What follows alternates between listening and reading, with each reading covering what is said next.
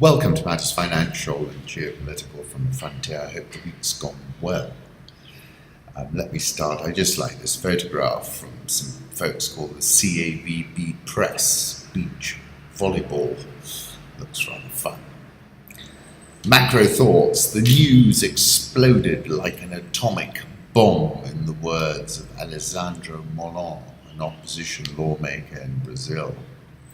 Calls for the president's ouster mounted. Temer was holed up with advisors for much of the day before saying in a televised speech that he intends to hold on to power and prove his innocence. I know what I did, he said. I know my actions were correct. The country's tumble into its latest crises began with the O Globo report Wednesday night that the Supreme Court had received testimony that Temer approved payment of a bribe to buy the silence of Eduardo Cunha, the former speaker and mastermind of last year's impeachment process. On Thursday afternoon, the paper's website posted an audio tape that purports to be of Temer discussing the alleged payoff. And I'll put up a photograph of Mr. Temer and his wife, Marcella Temer. The Bovespa dropped 6,000 points Thursday. Pretty incredible. This is from David Inglis. Brazilian stocks were the best performing stock market in LATAM. Following Thursday's political rout, the Bovespa is at the bottom of the pile, which is something that folks investing in South Africa should be considering. Home thoughts. I returned to Marshal McLuhan. There are no passengers on spaceship Earth. We are all crew. In the land of the blind, the one-eyed man is a hallucinating idiot, for he sees what no one else does, things that to everyone else are not there. And then I like this as well. We look at the present through a rear-view mirror. We march backwards into the future. This Jean-Michel Basquiat portrait just sold for $110.5 million. The most expensive piece of American art, I believe. Political reflections. Can Merkel and Macron build on a pleasant first date? You can say that again. It's a love fest. Wow. Just look at the facial expressions whenever they're looking at each other. They can't be more pleased with each other. US military aircraft were intercepted by 2 Chinese fighter jets, one flying upside down over the East China Sea.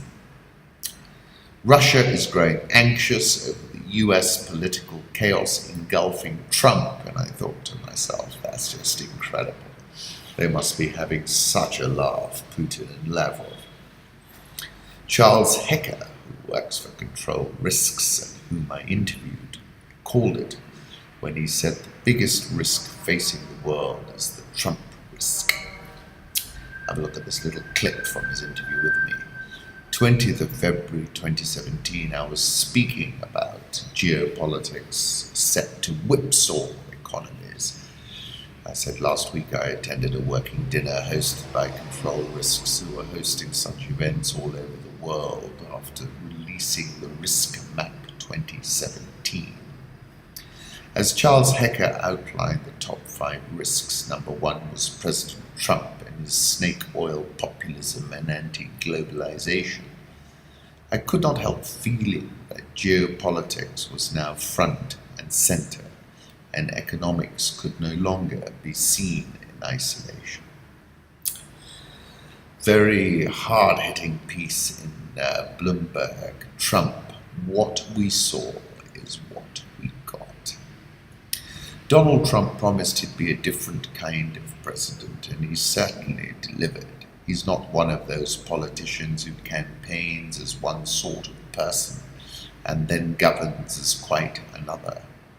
While voters were weighing him as a possible president, he made it clear that he saw the norms of American politics and government as contemptible.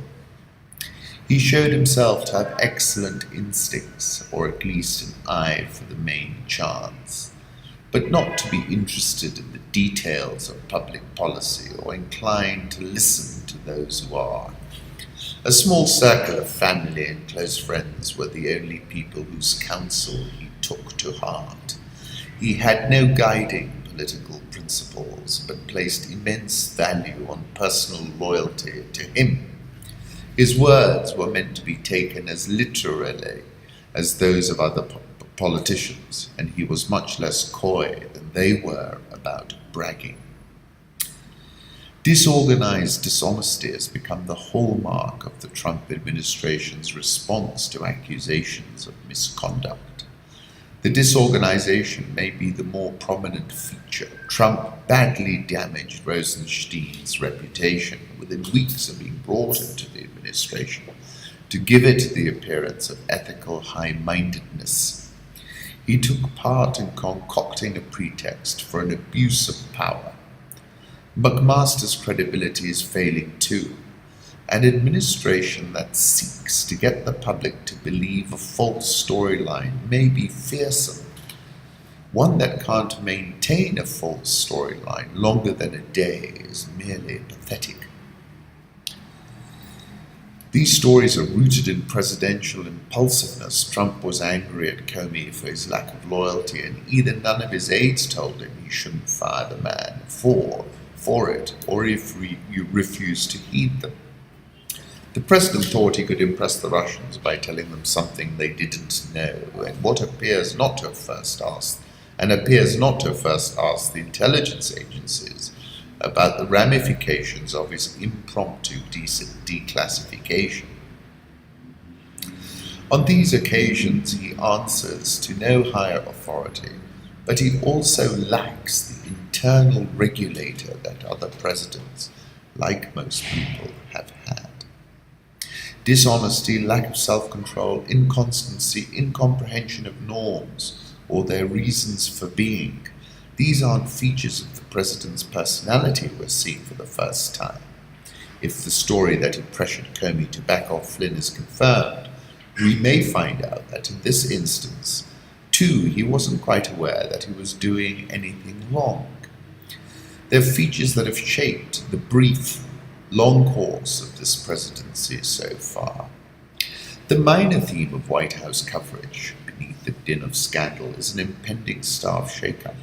Trump is said to be furious, especially with his communications aides. That those aides are unimpressive is beside the point. No one, however talented, would be able to communicate coherent positions the president doesn't have, which is a valid point. Talk of impeachment has rushed far ahead of reality, and the cabinet Trump picked isn't about to relieve him of his duties. But we're seeing the downsides of what we all knew to be the president's character.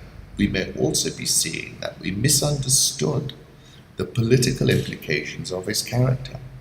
His detractors have often portrayed him as a budding authoritarian.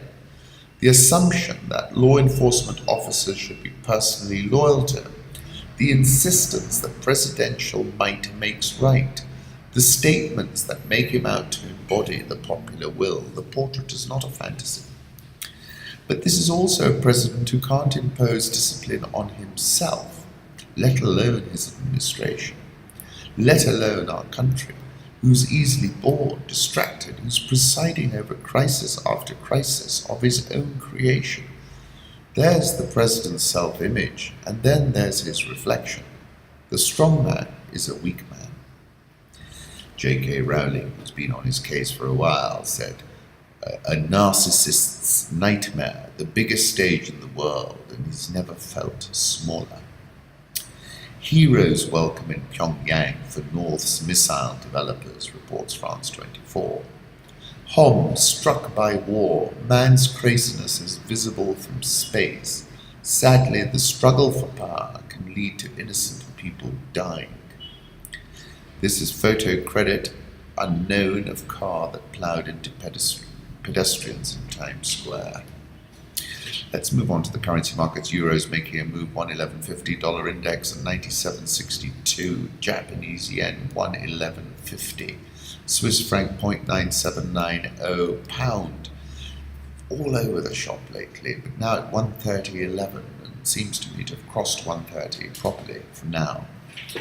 The Australian dollar is at 0.7448.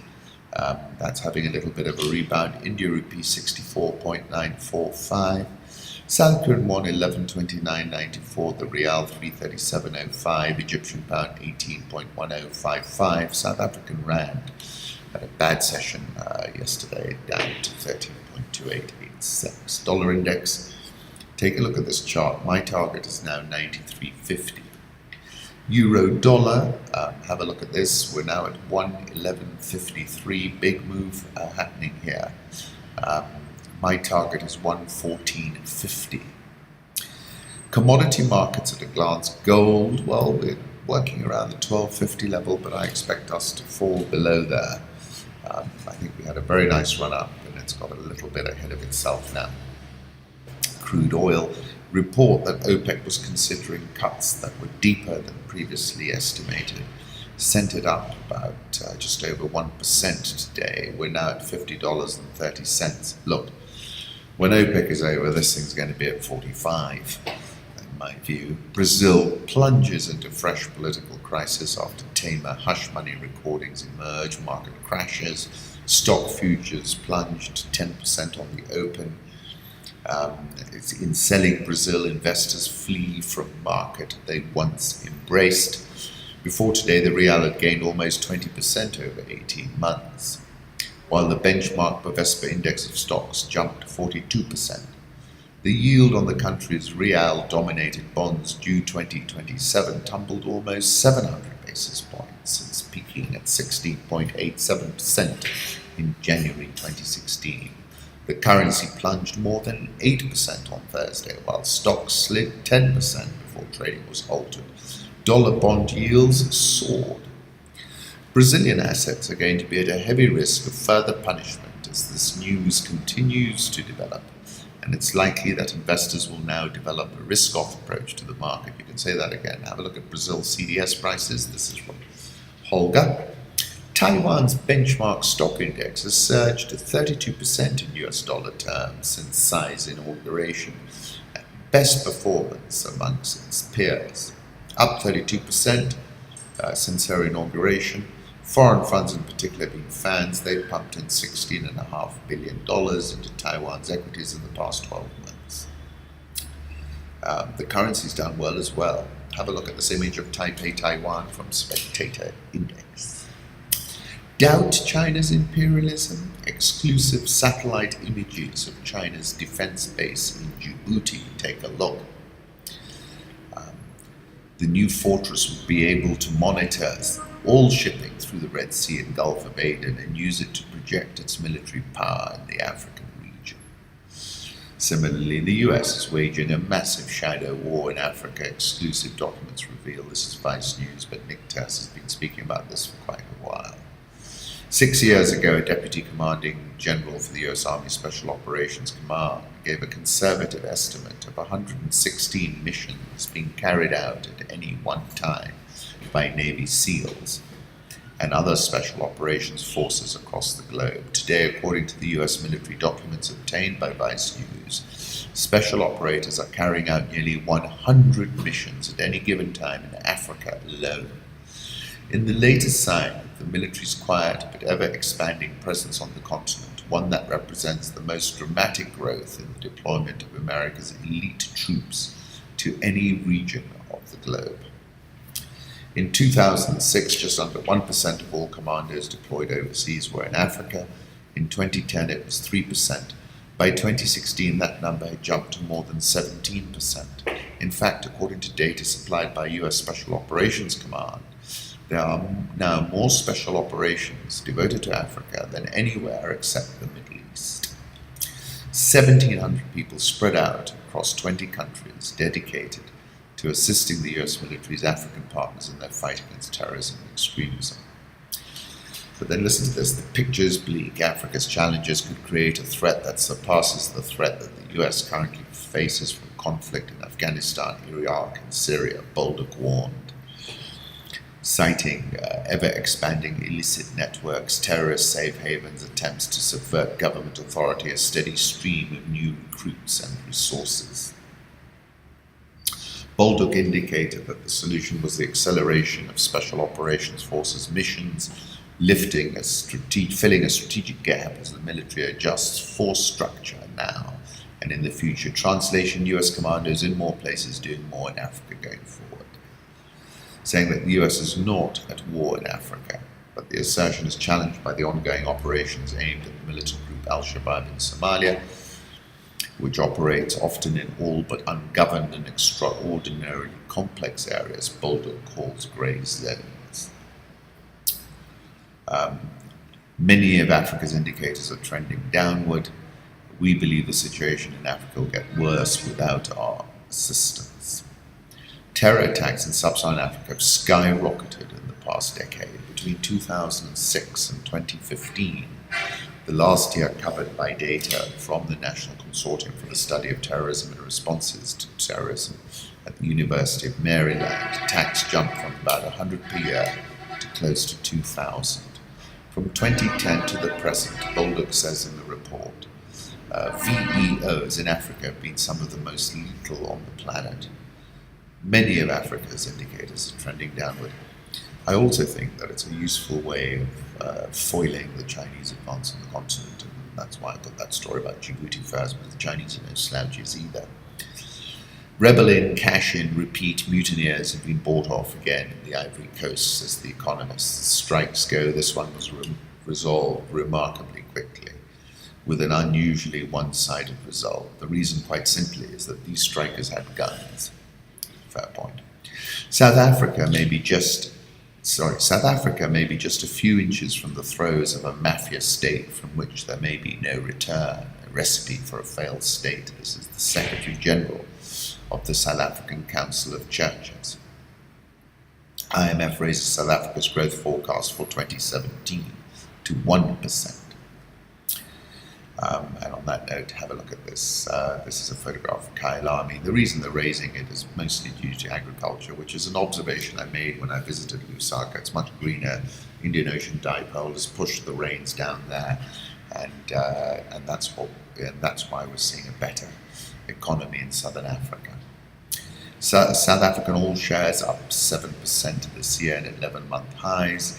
Take a look at this photograph of Kyalami, where I raced to some very fast Jaguars. Dollar versus Rand, I've been a bear for eternity. It's going to crack big at some point.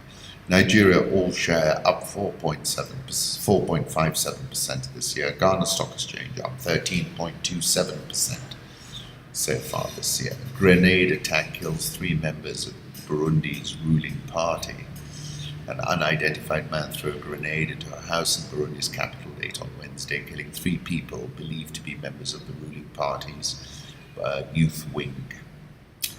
And I wrote about this in May 2015, which is when this crisis, started to take off. And I said, eyes on Burundi. Spillover risks from the debacle remain. Paul Virilio, best known for his writings about technology, in his book Speed and Politics, says the revolutionary contingent attains its ideal form not in the place of production, but in the street, where for a moment it stops being a cog in the technical machine and itself becomes a motor, a machine of attack. In other words, a producer of speed. As we look around the world today, we can see a battle for the street, from the streets of Bujumbura to the streets of Baltimore. And I asked, how many people can an incumbent shoot dead? And obviously Burundi has been quite clever at damping this down without having a single flashpoint moment which tips it over the edge.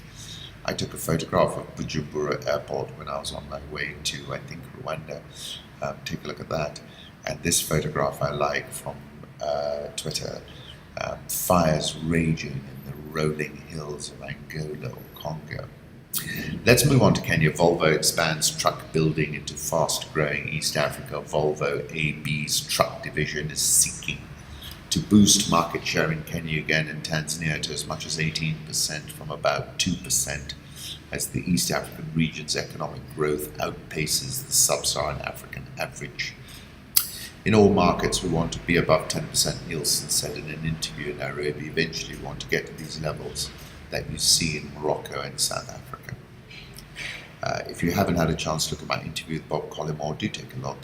Safaricom is up 5.744% year to date. DTB reported strong first quarter earnings, up 8.8% on stake lending. DTB share price is up 13.55% this year, trading on a trading PE of 4.974. KCB is up 31.3% in 2017, closed at an 11-month high yesterday, and has been a real outlier in 2017.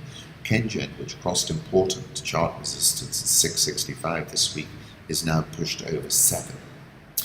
Now, Nairobi all shares up 4.13%, and that closed at a 6-month high. And this is what I was writing about over the weekend, about how Africa was playing catch-up, and how Africa had been badly mauled, but now was doing much better. The Nairobi NSE 20 is up 1.84% this year. Once again, I thank you for listening and wish you a splendid weekend.